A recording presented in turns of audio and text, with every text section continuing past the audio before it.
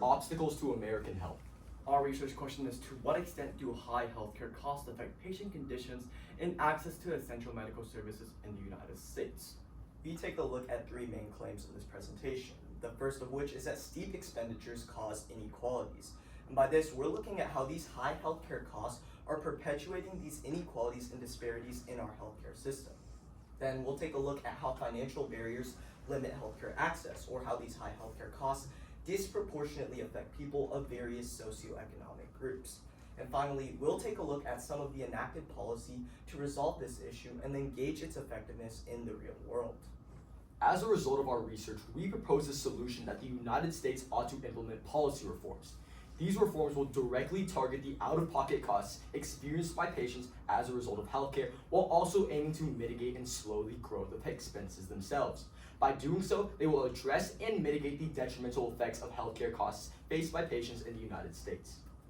Just to give some general background information, the United States spends about 20% of its entire gross domestic product solely on healthcare costs, making it the highest healthcare spender in the entire world. And even though it's putting so much in, the output is not reached, as medical costs and demand for healthcare have both increased in the United States, creating the problem at hand.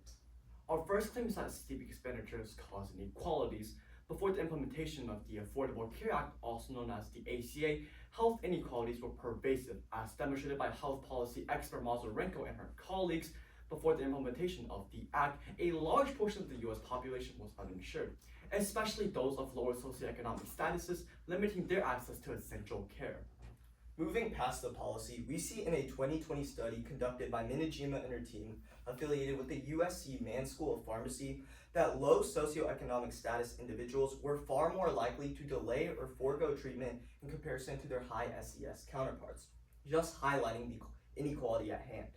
But then a 2020 study by Caballo and his team, affiliated with the Harvard Socioeconomics Laboratory, extends on this, saying that low-income individuals face additional challenges, including these so-called perpetual debt cycles, where a one-time high healthcare expense leaves a persistent financial burden on an individual. And this graph just purely exemplifies the claim that we made in our last point. You can see in the bar representing the United States in the right-hand corner of the graph that US families from all walks of life, all income levels, and all socioeconomic statuses face challenges in affording their healthcare expenses. So it's clear that this is a current problem in our healthcare system. Our second claim is that financial barriers limit healthcare access. According to a study done by Warman and her team, which are medical researchers at the University of Texas, Austin, it is found that many patients either forgoed or delayed their treatment to continuous glucose monitoring, which is a very essential medical innovation that helps mitigate the effects of type 1 diabetes. They made this decision simply because the healthcare costs were too high and that they couldn't afford it. A second example is that of delayed prenatal care. Many women recognize their pregnancy at 6 weeks, which is when you're supposed to have your first prenatal care visit, but didn't have their first one until 9 weeks because they didn't have access to these resources and couldn't afford it, therefore hurting the outcome of the mother and the child. We also see in a 2021 study conducted by Gatto and his team that low-income individuals were often troubled in paying for their surgical rotator cuff repair surgeries, which is a common shoulder injury that plagues millions of Americans. And through this, it's clear that essential medical services are barriered by these financial burdens. Additionally, we see in this visual aid that a study reported 42% of participants experienced significant financial burden, and as a result, many only partially filled or avoided taking their prescription and had to undergo financial sacrifice in the form of lessening their leisure activities or even using their savings to cover out-of-pocket costs. Our third and final claim is that while reforms reduce costs, hardships still persist. Now, it is true that reforms can reduce costs, as exemplified by Harvard medical student Liu and his team of colleagues, that, for example, the No Surprise Act have reduced out-of-pocket patient spending by up to 16.5%. But we have to realize that the root problem of national spending growth still persists. Economist Grayson Bunton demonstrated this in a study back in 2020, and they found that even after the implementation of the Affordable Care Act, national spending went up $1 trillion in the span of only 8 years. Additionally, we see in a study by Jinho Jung and colleagues medical student at the University of California, Irvine. Following an analysis of a nationally representative survey, almost 50% of participants reported experiencing medical financial hardship, representing 125 million adults in the United States. This was also post the implementation of policies such as the ACA and NSA, just demonstrating the widespread prevalence of burdens even past the implementation of policies. This graph right here exemplifies the effects of the Affordable Care Act, with both uninsured rate and percentage and number of people in millions both drastically went down in terms of being not insured. While with these health positives, these are great effects, there are still holes that need to be filled, which leads us to our solution. As a result of our findings, we have proposed that the United States ought to implement policy reforms. These reforms will again target the out-of-pocket costs experienced by patients, while also aiming to slow the growth of expenses themselves. And a leading argument of our solution is one done by Shri Songhan at the American Cancer Society, which found that after analyzing the associations with medical debt and county-level mortality rate, premature death, and health status, it found that increased medical debt was associated with worse health status, increased mortality rate, and premature death. Following up, the researchers suggest that reducing population-level debt would actually be associated with an improvement in overall health. Furthermore, this solution will address the inconsistency of reform results, specifically demonstrated by Banerjee and his colleagues back in 2022, over the hospital readmission reduction program. They found that patients of different socioeconomic levels suffered and experienced different gains because of their varying background settings, which just goes to show the inconsistency of current reforms. And this leads us to our implications. One of the biggest benefits of our solution is that our policy reforms will be effective at reducing costs, as again demonstrated by the No Surprise Act, where it had reduced out-of-pocket patient spending by up to 16.5%.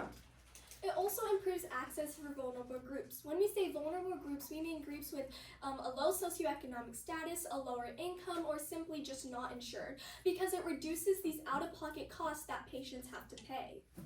And looking back at that 2020 Minijima study, we see that a comprehensive policy reform that addresses people of all socioeconomic groups can ensure true healthcare equity and a healthcare system that isn't plagued with inequalities and disparities.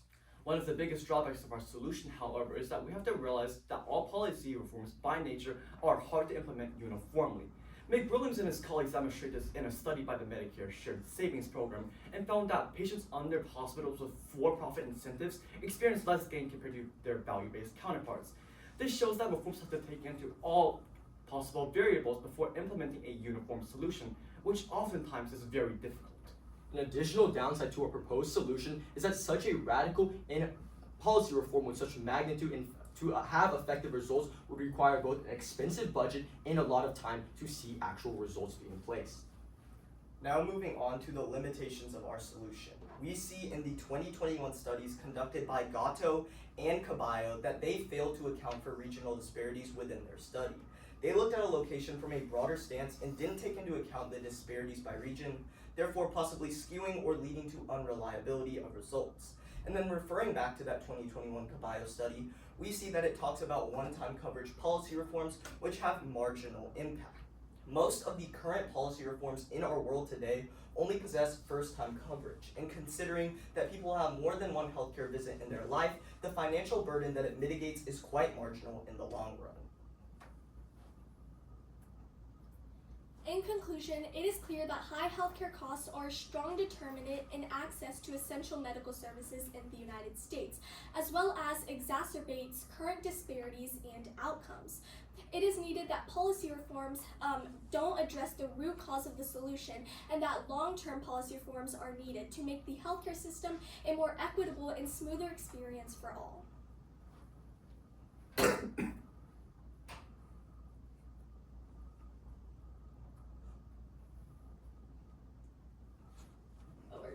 Hey, good job, guys, overall.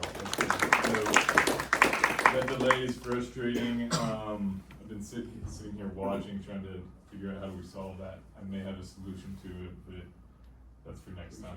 All right. Nyla, we're going to start with you. Okay.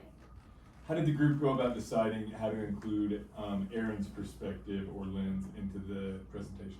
Okay, so Aaron's lens focused on how these high healthcare costs shaped patients' behaviors and choices, and we included it in our presentation by showing that many patients decided to forego or delay treatment because of these high healthcare costs, as not many could afford them. And this kind of like backhanded off of mine and almost set a baseline, because when patients decided to forego or delay treatment, it therefore led to worse patient outcomes.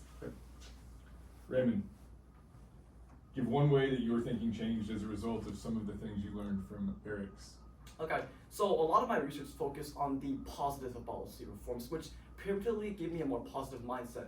I was looking into things such as like massive reduction in healthcare costs, increased insurance coverage, factors similar to that. However, Eric's study over financial toxicity gave me a better perspective on the scale which this issue really is at, and gave me a better vision of the prevalence of our problem. For example, in a source, he states that in a survey of 18,000 people, adults aged 18 to 64, up to 49% of them experienced some form of medical burden, which just gave me, again, a better comprehensive view on the prevalence of the subject. Okay. Aaron, what's an example of a compelling argument from any one of your group members' individual report that your group decided to exclude from the presentation, and why? Okay, so one of the arguments that we decided to exclude was from Eric's individual research report. He talked about how medical financial toxicity is directly correlated with worse health outcomes. And although he did provide substantial evidence to prove this claim, he figured out that there was one, more influential factors, and two, that medical financial toxicity was actually dependent on other factors. So taking into account my research, for example, the patient choices are usually what played a role in the amount of financial toxicity that one would receive. So his was kind of a dependent variable on another variable, so we decided to exclude that from our presentation because it wasn't the root cause. Okay. And Eric, if you had one more team member, what perspective or limitation could they have researched that would have been useful to your team?